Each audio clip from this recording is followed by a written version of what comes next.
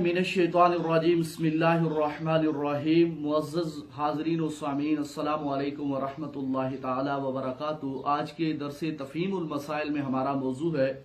कुर्बानी के मसाइल। इसमें हम गुफ्तगू करेंगे कुर्बानी के जानवर के हवाले से कि किस जानवर की कुर्बानी जायज़ है और किस जानवर की कुर्बानी जायज़ नहीं है।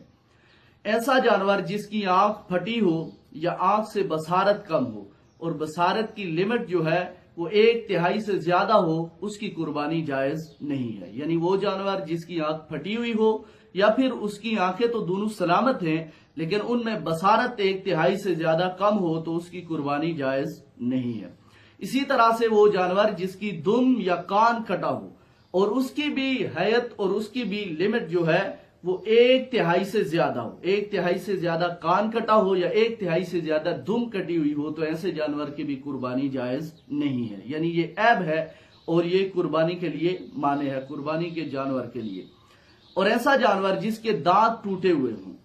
और इतने टूटे हों कि वो उनके साथ चारा न खा सकता हो, तो ऐसे जानवर की कुर्बानी भी जायज नहीं है। इसी तरह से वो जानवर कि जिसके थन कटे हुए हों या फिर खुश्क हो गए हों, तो अगर वो छोटा जानवर है, मिसाल के तौर पे भेड़ है या बकरी है, तो उनमें एक थन अगर वो खुश्क हो गया हो या फिर वो कटा हुआ हो तो फिर उसकी कुर्बानी जायज नहीं है। अगर बड़ा जानवर है तो उसके 2 थन या फिर उसके 2 थन कटे हुए हों या फिर खुश्क हो गए हों, तो ऐसे जानवर की भी कुर्बानी जायज नहीं है। इसी तरह से वो जानवर जिसको खुनसा, जो 2 सिफात का हामिल हो, खुनसा कहा जाता है, यानी वो नर और मादा दोनों की सिफात रखता हो, तो ऐसे जानवर की भी कुर्बानी जायज नहीं है। इसमें यह मसला याद रखिएगा कि बसा औकात हमारे लोग खसी जानवर के हवाले से भी एतराज करते हैं कि जब खुनसा जानवर की कुर्बानी जायज नहीं है तो खसी की भी नहीं होनी चाहिए, यानी उनका ये एतराज है। लेकिन ये बात याद रखिए कि खुनसा जानवर की कुर्बानी शरीयत ने मना की है और खसी जानवर की कुर्बानी शरीयत में अफजल ओला है। इसलिए हदीस पाक से यह साबित है कि नबी करीम अलैहिस्सलाम ने खुनसा जानवर, नबी करीम अलैहिस्सलाम ने खसी जानवर की कुर्बानी की और खसी जानवर की कुर्बानी बाकी जानवरों की बनिस्बत अफजल ओला है, इसलिए कि खसी जानवर बाकी जानवरों की निस्बत ज्यादा फरबा और ज्यादा तंदुरुस्त होता है, ज्यादा सेहतमंद होता है। इस बुनियाद पे उसकी कुर्बानी बाकी जानवरों की बनिस्बत ज्यादा अफजल ओला है। और इसी तरह से वो जानवर जो पलीती खाता हो, गिलाजत खाता हो और गिलाजत की उसको आदत पड़ी हुई हो, अब ये जानवर जो है इसकी कुर्बानी जायज इसलिए नहीं है कि गिलाजत खाने की वजह से उसका जो गोश्त है उससे बदबू आएगी, और इसी तरीके से ऐसे जानवर की कुर्बानी भी जायज नहीं होगी जो पलीती खाता हो और पलीती उसके जिस्म का हिस्सा बनती हो, तो वो ऐसे जानवर की कुर्बानी जायज नहीं है। इसी तरह से वो जानवर जिसका एक पांव काट दिया गया हो या फिर वो लंगड़ा हो और लंगड़ा इतना हो कि उसका लंगड़ापन जाहिर हो, और जाहिर होने का मतलब यह है कि वो खुद अपने पांव के ऊपर चल के वो कुर्बान गाह तक न जा सकता हो, ऐसे जानवर की भी कुर्बानी जायज नहीं है। यानी वो जानवर जिसमें लंगड़ापन हो या फिर जिसका पांव काट दिया गया हो, तो काटने की वजह से लंगड़ापन आ गया हो या किसी और वजह से पांव उसका टूट गया हो तो तब उसमें लंगड़ापन आ गया हो, और अब वो लंगड़ापन उसका जाहिर है यानी कुर्बान गाह तक वो नहीं जा सकता, तो उसकी कुर्बानी जायज नहीं है। इसी तरह से वो जानवर जो किसी ने खरीदा तो उस वक्त वो कमजोर था, यानी कमजोर इतना था कि उसकी कमजोरी जाहिर थी, यानी इतना वो कमजोर था कि उसकी कमजोरी जाहिर थी। बाद में उस बंदे ने अपने घर में लाया, उसकी खिदमत की, खातर तवाज़ु की, उसके बाद वो जानवर फरबा हो गया, तंदुरुस्त हो गया, तो उसकी कुर्बानी जायज है। लेकिन ऐसा जानवर जिसको खारिश की बीमारी हो और खारिश अगर सिर्फ जिल्द तक महदूद हो तो उसकी कुर्बानी जायज है, लेकिन खारिश के असरात अगर उसके गोश्त के अंदर जाहिर हो गए हों और जिसकी वजह से जानवर कमजोर हो गया हो तो फिर उसकी कुर्बानी जायज नहीं है। इसी तरह से किसी ने जानवर खरीदने के बाद वो जानवर मर गया, अभी कुर्बानी नहीं की थी कि वो जानवर मर गया या फिर वो जानवर चोरी हो गया, अगर वो बंदा जिसने वो जानवर खरीदा कुर्बानी के लिए वो साहिब निसाब है, उसके लिए जिम्मे लाजिम है कि वो दूसरा जानवर लेके क्या करे, اس کو ذبح کرے۔ لیکن یہ بات یاد رکھیں، اگر اس نے جانور دوسرا بھی خرید لیا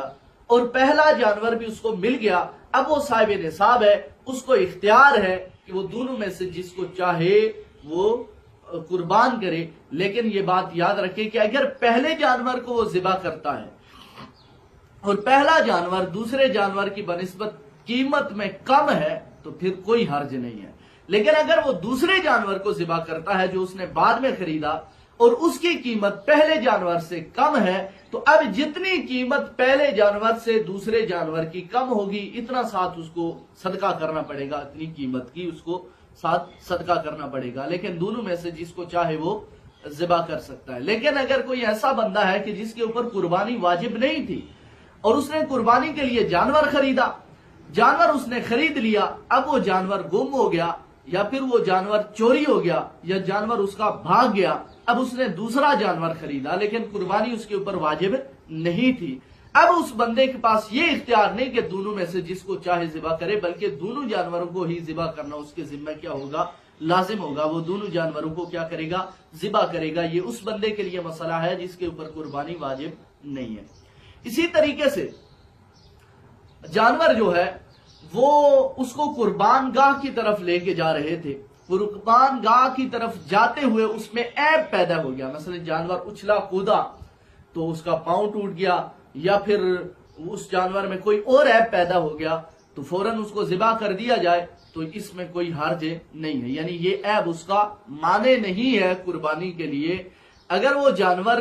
جو ہے وہ ہاتھ سے چھوٹ گیا، چھوٹنے کے بعد جانور گرا، اس میں کوئی عیب پیدا ہو گیا، اس کی ٹانگ ٹوٹ گئی وغیرہ، فوراً اس کو پکڑ لیا گیا، اس کو ذبح کر دیا جائے تو ایسے جانور کی قربانی جائز ہے، یعنی اس عیب کی وجہ سے اس قربانی کے اس جانور میں قربانی، اس جانور کی قربانی نہ کرنا یہ شریعت مطہرہ میں جو ہے وہ اس کے لیے جو ہے وہ جائز نہیں ہے، بلکہ شریعت اس جانور کو قبول کرتی ہے اور اس کی قربانی کرنا جائز ہے۔ اسی طرح سے قربانی کا جو جانور ہے، اگر چھوٹا جانور ہے، بکری ہے یا بھیڑ ہے، تو اس کے لیے 1 سال کا ہونا ضروری ہے۔ لیکن بھیڑ کا بچہ اگر وہ